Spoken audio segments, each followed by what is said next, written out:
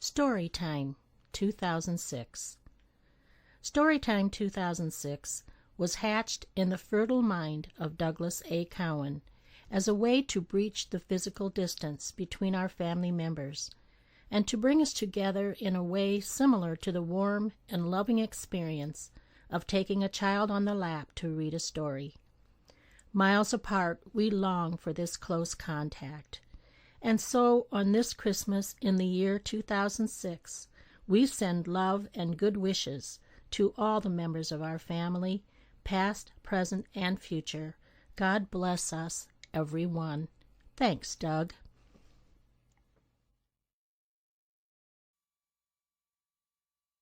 The name of this book is Goodnight Moon, authored by Margaret Wise Brown and narrated by Grandpa Cowen.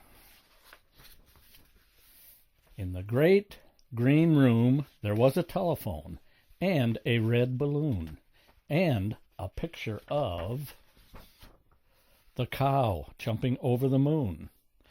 And there were 3 little bears sitting on chairs and 2 little kittens and a pair of mittens and a little toy house and a young mouse and a comb and a brush and a bowl full of mush and a quiet old lady who was whispering, "Hush." Good night, room. Good night, moon. Good night, cow jumping over the moon. Good night, light and the red balloon. Good night, bears. Good night, chairs. Good night, kittens, and good night, mittens.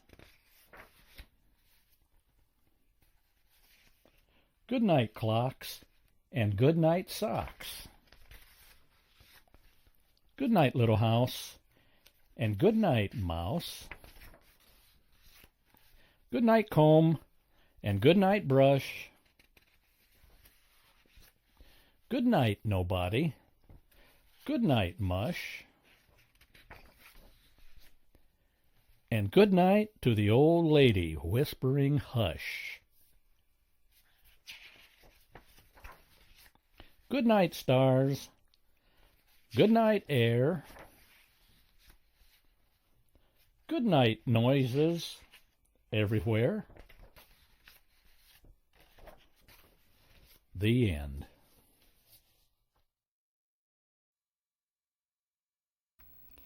It Started with Harry. It Started with Harry, written and illustrated by Janice D. Cowen. When Harry woke up, it was only a twitch. It began at his nose and went down to his toes. Harry's funny bone started to itch. First his mouth seemed to wiggle, then he started to giggle, and then laughter burst out with a pop. Harry fell out of bed, nearly banging his head, and he rolled down the stairs with a flop. Well, he laughed till he cried and then tumbled outside, where he tried, but he just couldn't stop. Now laughter does spread, and it dashed on ahead till the buildings and houses joined in. Then the neighbors were hit with a big laughing fit, and the zoo never heard such a din. The taxis and airplanes and trains and the ships all were rocking with laughter as they went on their trips. Before long, the whole planet was shaking with mirth.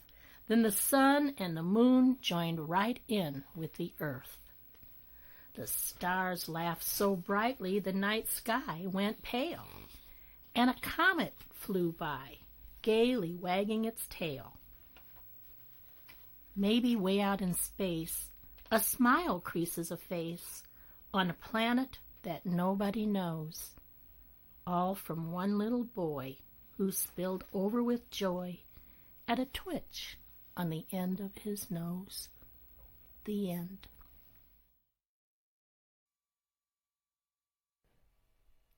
Are You My Mother by P.D. Eastman, read by Uncle Doug.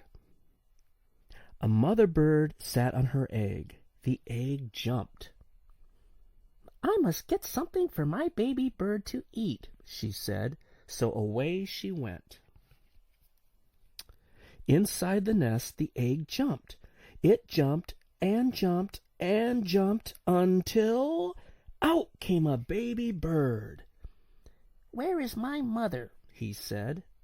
He did not see her anywhere. I will go and I'll look for her, he said. Out of the nest he went. Down, down, down, plop.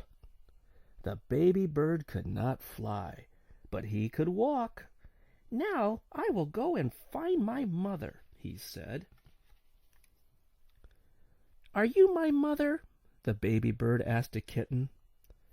The kitten just looked and looked. It did not say a thing. Are you my mother? The baby bird asked a hen. No, said the hen. Are you my mother? The baby bird asked a dog. I'm not your mother. I am a dog, said the dog. Are you my mother? The baby bird asked a cow.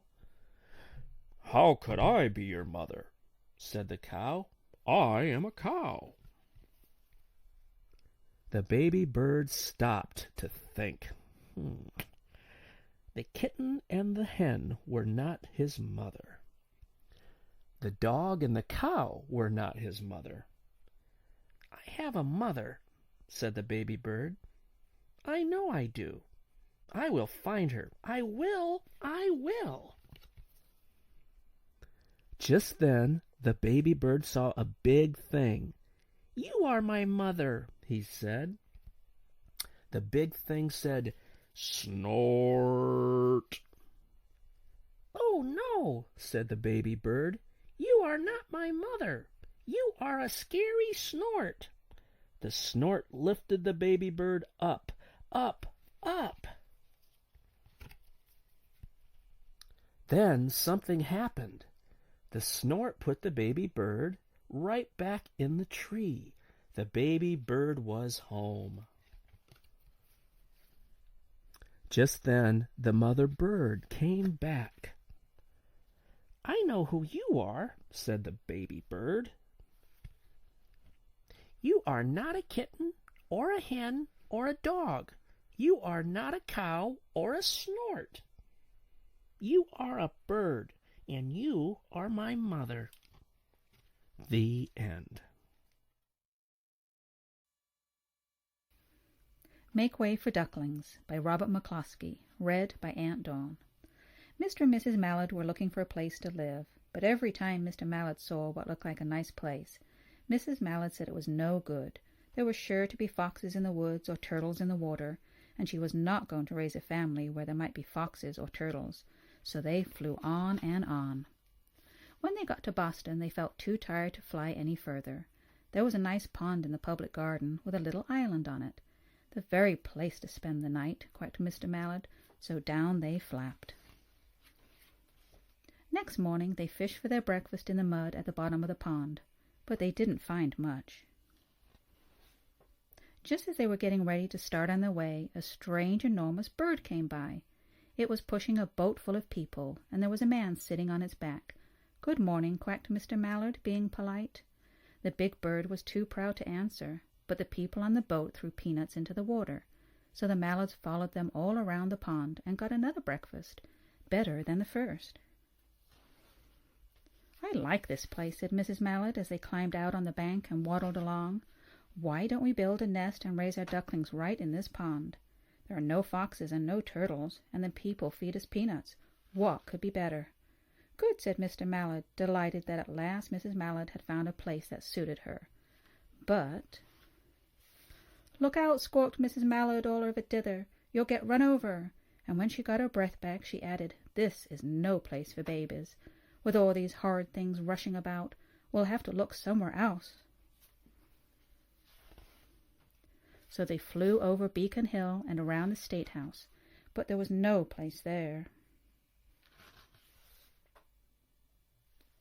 They looked in Louisburg Square, but there was no water to swim in.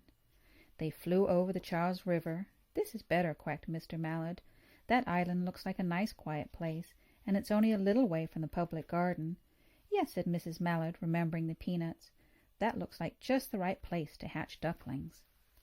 So they chose a cozy spot amongst the bushes near the water and settled down to build their nest, and only just in time, for now they were beginning to molt. All of their wing feathers started to drop out, and they would not be able to fly again until the new ones grew in. But of course they could swim, and one day they swam over to the park on the river bank, and there they met a policeman called Michael. Michael fed them peanuts, and after that the Mallards called on Michael every day. After Mrs. Mallard had laid 8 eggs in the nest, she couldn't go to visit Michael any more, because she had to sit on the eggs to keep them warm. She moved off the nest only to get a drink of water, or to have lunch, or to count the eggs and make sure that they were all there. One day the ducklings hatched out. First came Jack, then Cack, then Lack, and Mack and Knack and Whack and Pack and Quack. Mr. and Mrs. Mallard were bursting with pride. It was a great responsibility taking care of so many ducklings, and it kept them very busy. One day Mr. Mallard decided he'd like to take a trip to see what the rest of the river was like, further on, so off he set. "I'll meet you in a week in the public gardens," he quacked over his shoulder. "Take good care of the ducklings." "Don't you worry," said Mrs. Mallard. "I know all about bringing up children," and she did. She taught them how to swim and dive. She taught them how to walk in a line, to come when they were called, and to keep a safe distance from bikes and scooters and other things with wheels. When at last she felt perfectly satisfied with them, she said one morning, "Come along, children, follow me." Before you could wink an eyelash, Jack, Cack, Lack, Mack, Knack, Whack, Pack, and Quack fell into line, just as they had been taught. Mrs. Mallard led the way into the water, and they swam behind her to the opposite bank. There they waded ashore and waddled until they came to the highway. Mrs. Mallard stepped out to cross the road. Honk, honk went the horns on the speeding cars. Quack went Mrs. Mallard as she tumbled back again. Quack, quack, quack, quack went Jack, Cack, Lack, Mack, Knack, Whack, Pack, and Quack, just as loud as their little quackers could quack. The cars kept speeding by and honking, and Mrs. Mallard and the ducklings kept right on quack, quack, quacking. They made such a noise that Michael came running, waving his arms and blowing his whistle.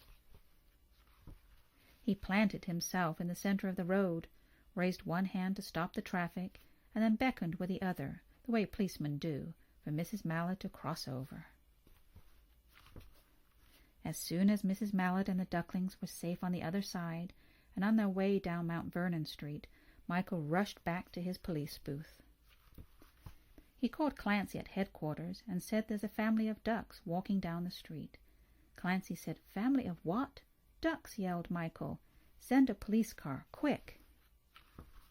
Meanwhile, Mrs. Mallard had reached the corner bookshop and turned into Charles Street, with Jack, Cack, Lack, Mack, Knack, Whack, Pack, and Quack, all marching in line behind her.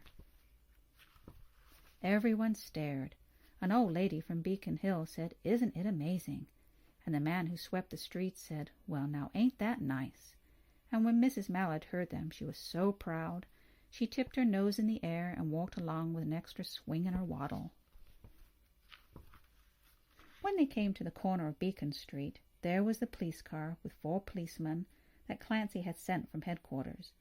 The policemen held back the traffic so Mrs. Mallard and the ducklings could march across the street, right on into the public gardens. Inside the gate, they all turned round to say thank you to the policeman. The policeman smiled and waved goodbye. When they reached the pond and swam across to the little island, there was Mr. Mallard waiting for them just as he had promised. The ducklings liked the new island so much that they decided to live there.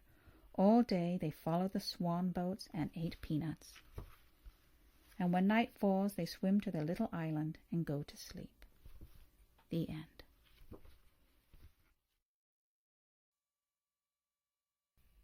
Go, Dog, Go by P.D. Eastman. Read by your Cousin Stu. Dog. Big dog, little dog. Big dogs, little dogs. Black and white dogs. Hello, hello. Do you like my hat? I do not. Goodbye, goodbye.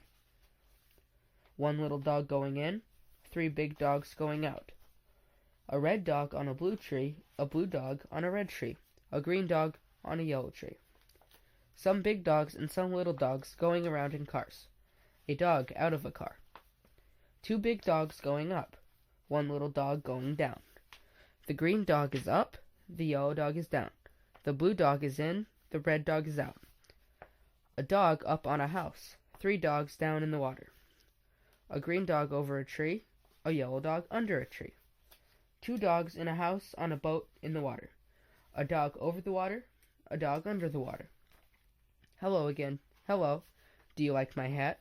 I do not like it. Goodbye again. Goodbye. The dogs are all going around and around and around. Go around again. The sun is up. The sun is yellow. The yellow sun is over the house. It is hot out here in the sun. It is not hot here under the house. Now it is night. 3 dogs at a party on a boat at night. Dogs at work. Work, dogs, work.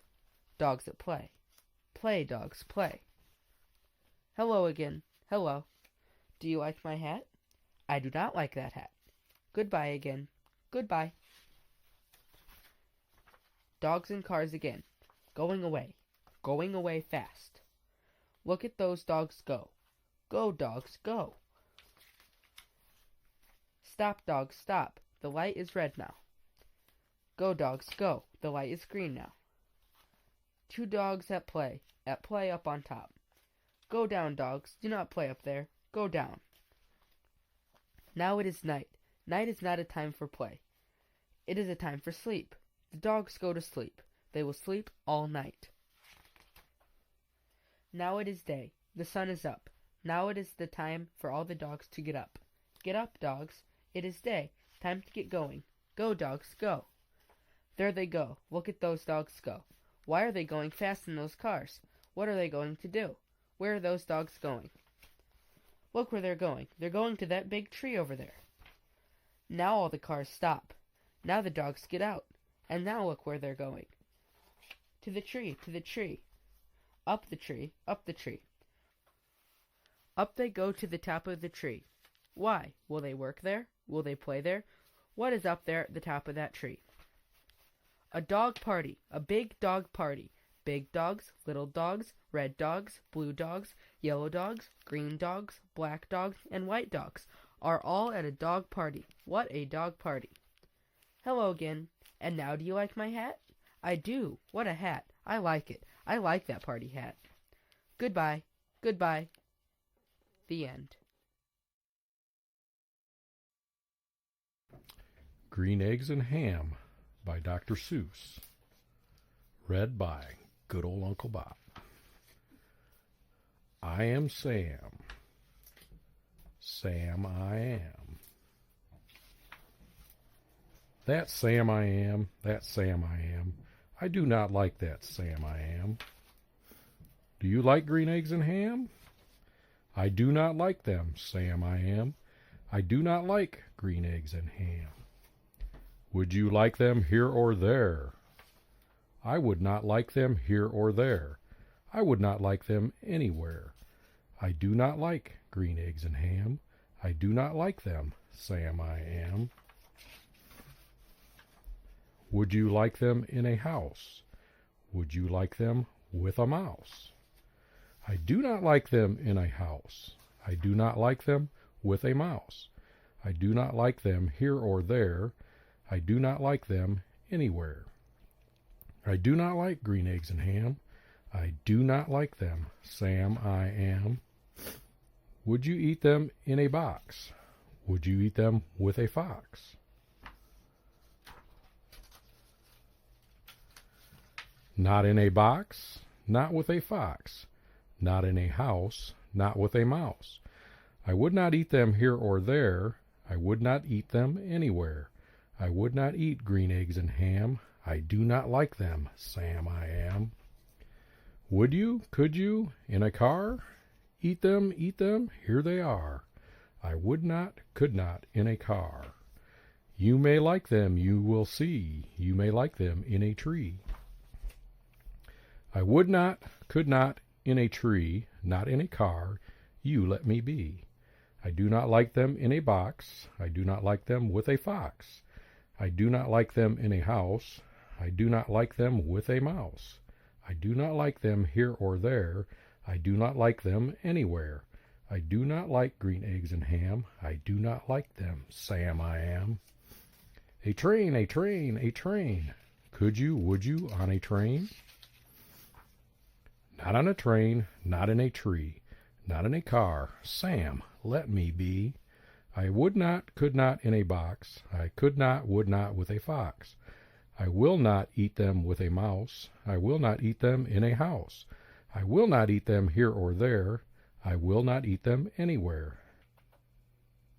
I do not eat green eggs and ham. I do not like them, Sam I am. Say, in the dark? Here in the dark. Would you, could you, in the dark? I would not, could not, in the dark. Would you, could you, in the rain? I would not, could not, in the rain. Not in the dark, not on a train, not in a car, not in a tree. I do not like them, Sam, you see. Not in a house, not in a box, not with a mouse, not with a fox. I will not eat them here or there. I do not like them anywhere. You do not like green eggs and ham? I do not like them, Sam I am. Could you, would you, with a goat?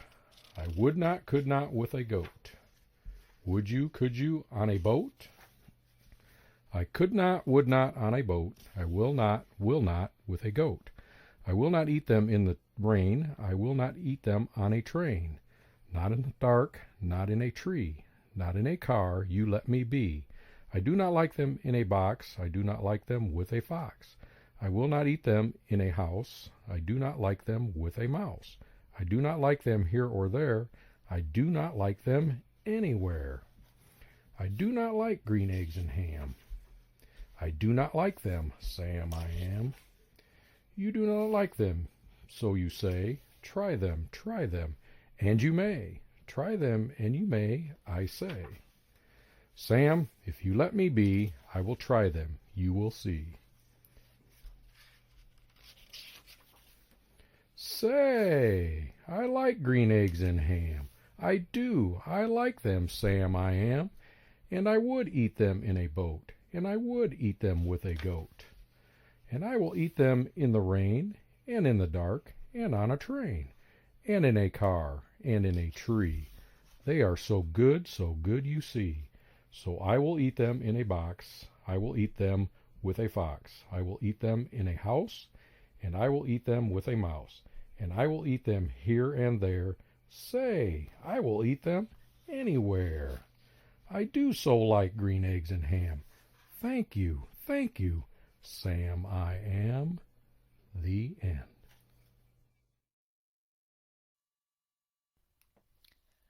The Monster at the End of This Book by John Stone, starring lovable, furry old Grover. Read by Aunt Julie. Hello, everybody. This is a very dull page. What is on the next page? What did that say? On the first page, what did that say? Did that say there will be a monster at the end of this book? It did? Oh, I am so scared of monsters. Shh. Listen, I have an idea. If you do not turn any pages, we will never get to the end of this book. And that is good, because there is a monster at the end of this book. So please do not turn the page. You turned the page. Maybe you did not understand. You see, turning pages will bring us to the end of this book, and there is a monster at the end of this book. But this will stop you from turning pages. See, I am tying the pages together so you cannot... You turned another page. You did not know what you are doing to me. Now, stop turning pages. There. I, Grover, am nailing this page to the next one so that you will not be able to turn it, and we will not get any closer to the monster at the end of this book. All right, all right, all right. Do you know that every time you turn another page, you not only get us closer to the monster at the end of this book, but you make a terrible mess. This will stop you from turning pages. A heavy, thick, solid, strong brick wall. I would just like to see you try to turn this page. Do you know that you are very strong? The next page is the end of this book, and there is a monster at the end of this book. Oh, I am so scared. Please do not turn the page. Please, please, please.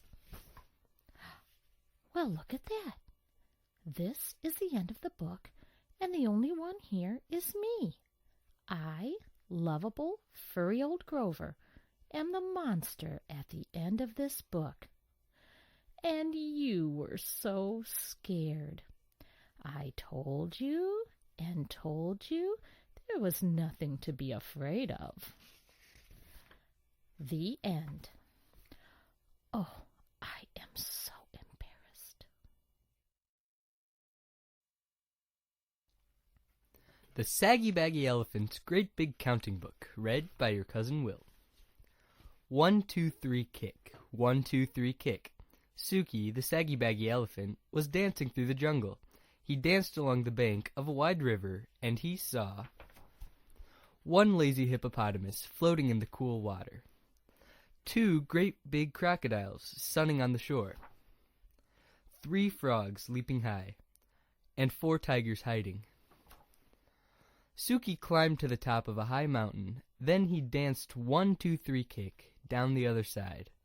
He danced this way, and he danced that way, and he saw 5 fat snakes on a rock, 6 lion cubs playing a hunting game, 7 butterflies flying among the flowers, and 8 happy monkeys swinging and swinging. Soon Suki came to a big meadow.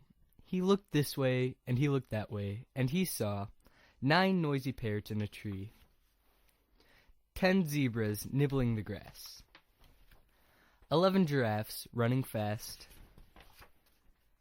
and 12 elephants dancing in a circle. 1, 2, 3, kick. 1, 2, 3, kick. And Suki danced an elephant dance with them. The end. Safety First, read by your cousin Jake.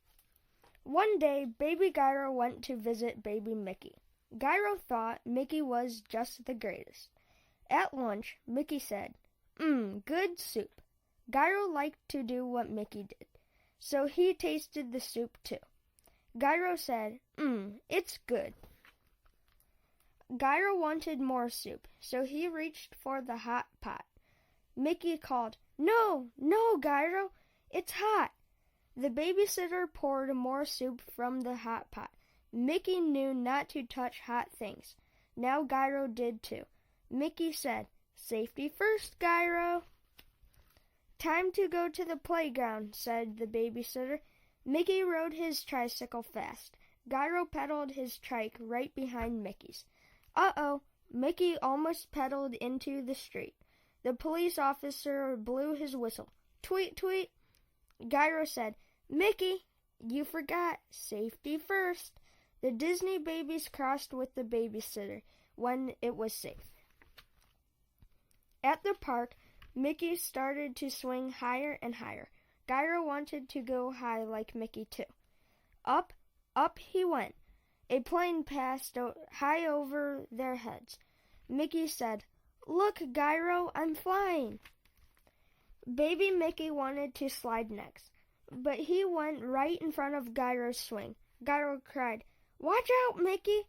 He almost bumped Mickey. The babysitter taught them never to go in front of a moving swing, but Mickey forgot. Gyro and Mickey looked at each other and said, "Safety first." "Watch me slide, Gyro," said Mickey. Gyro thought to himself, "It's scary up here. It's so far down there." Gyro wanted to slide like Mickey, so he covered his eyes and then 1, 2, 3, whoosh! Down he went. It was fun. Mickey said, "Let's play ball." Gyro hoped he could catch the ball like Mickey. Oh, he missed. Oops, he missed again. Then Gyro had an idea. The next time Mickey threw the ball, plop! Gyro caught the ball in his hat. Mickey threw the ball again, but it started rolling toward the street. Gyro said, "I'll get it! I'll get it!" "Not in the street. Safety first," yelled Mickey. Just then the ball bounced on the fence and right back to Gyro. What a catch! Mickey went to the sandbox. Gyro wanted to be like Mickey, but he wanted to play on the bars even more. So Gyro went to the bars and called out, "Look at me, Mickey!" "Wow," said Mickey. "Show me how, Gyro." Gyro thought, "Gosh, Mickey wants to do something like me." Back at home, the babysitter said, "Bubbly cleanup time. Remember, you sit in the tub and do not stand, boys." Then the babysitter asked, "What do we always remember whenever we're playing in the plane?" Mickey said, "I know." Gyro giggled, and they said together, "Safety first." The end.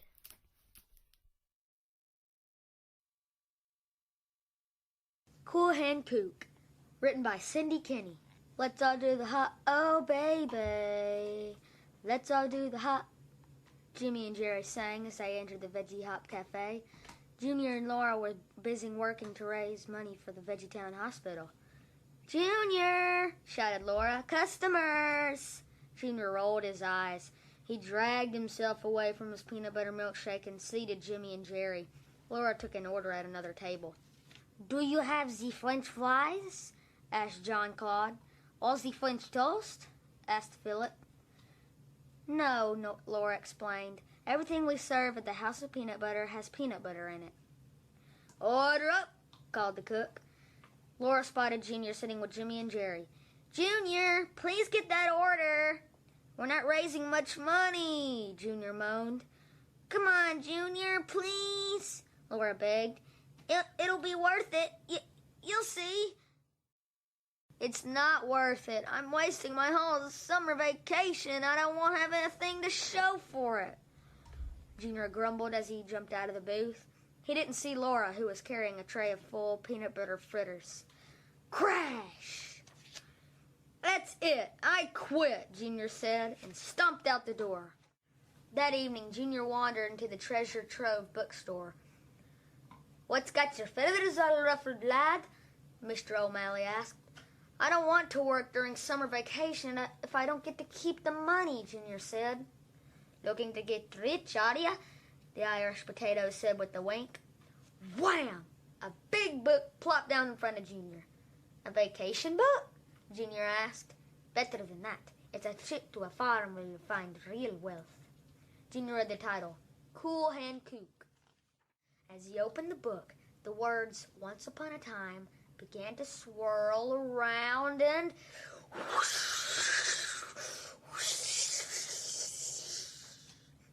Junior found himself racing down, right into the middle of a farm. "Ah, the new farmhand," a tomato said. "I'm Hot Hand Tomato," he said. "This is my partner, Cool Hand CUKE." He shoved a basket at Junior and said, "We've got lots of work to do before sundown. You can help us finish up in the barn." This is supposed to be my vacation, whined Junior. In the barn, they were greeted by a grape with mirrored sunglasses. If you fill the baskets before sundown, you get a prize from the box, barked the grape. If you feed the chickens by 10, you get a prize from the box. Sweep the barn by noon, and you'll get a prize from the box. Junior glanced at the prize box. It contained lots of stuff like a yo-yo, tennis shoes, and a sombrero, but not riches. Finishing up over here, boss, said Cool Hand Cook. He showed him a full basket of eggs. Pick your prize out of the box, Cook, said the boss. Cool Hand Cook eyed a big, colorful sombrero. Ooh, I'm going to wear this into town, Junior. Hot Hand, will you come too? Thanks, Junior said. That's better than collecting a bunch of eggs and sweeping a dirty old barn. When they got to town, Cool Hand Cook and the Tomato hung a sign over a booth that read, Eggs for sale. Oh, I get it, Junior said. This is how we get rich. We sell the eggs so we can go on our vacation. Good idea. The eggs sold like crazy. Their job complete, Junior, Cool Hand Cook, and Hot Hand Tomato headed toward the city hospital. Doctors, nurses, and patients filled the room. What's going on? Asked Junior. Time for a square dance, Cool Hand shouted. There are only 3 of us, Hot Hand whispered. We can't make a square. How about a triangle? Excellent idea, agreed Cool Hand. 2 gourds called out commands as Cook, Hot Hand, and Junior began to do-si-do. Isosceles, right angle. Look how happy we're making the patients, whispered Hot Hand. When the music stopped, Hot Hand called for a break. I'll make the tamales. I'll get the drinks, Cook offered. He headed toward the water cooler. Sure wish we had something special to give them besides tamales. Do you have any peanut butter? Junior asked. Junior whipped up some peanut butter shakes and served the patients. Cool Hand Cook got ready for his juggling act. Everybody loves this, the Tomato whispered. Juggle 30 eggs today, Cook, yelled a pea. 40, chimed another. 50, called the gourds. Nobody can juggle 50 eggs, shouted a nurse. I can, boasted the cucumber. That's why they call me Cool Hand Cook. Everyone cheered as Cool Hand Cook began to juggle. 10, 20, 30, 40, and then 50 eggs. After the party, Cook removed his sombrero. It was filled with the money from the eggs they'd sold. Junior's eyes popped open. We're rich! This money's for the hospital, said Cook. But we weren't working to get rich. What we have here is a failure to appreciate, said the Tomato. What does that mean? Asked Junior. Junior, we are rich. Look at that little carrot over there. See the smile on her face? And the pea over there. See how happy he is to have a new wheelchair? We are rich in friendship and love, Cook said. Hot Hand showed Junior a card the patients had made. It said 2 simple words. Thank you. God says, hands that don't want to work make you poor, but hands that work hard bring wealth to you, the Tomato explained. I've got a whole summer ahead of me. Just think what I can do for others, Junior smiled. Just then, 2 words floated out of the speakers. The end. Junior was swept up into the spinning letters. After Junior landed back in the bookstore, he rushed over to the cafe. I'm really sorry, Junior told Laura. I'll help you raise money for the Veggetown Hospital. Maybe we can even provide entertainment. Really? Laura asked. You bet. After all, hands that don't want to work make you poor, but hands that work hard bring wealth to you. Junior began clearing the tables. Laura smiled at her friend. What kind of entertainment do you have in mind? Do you know how to juggle eggs? The end.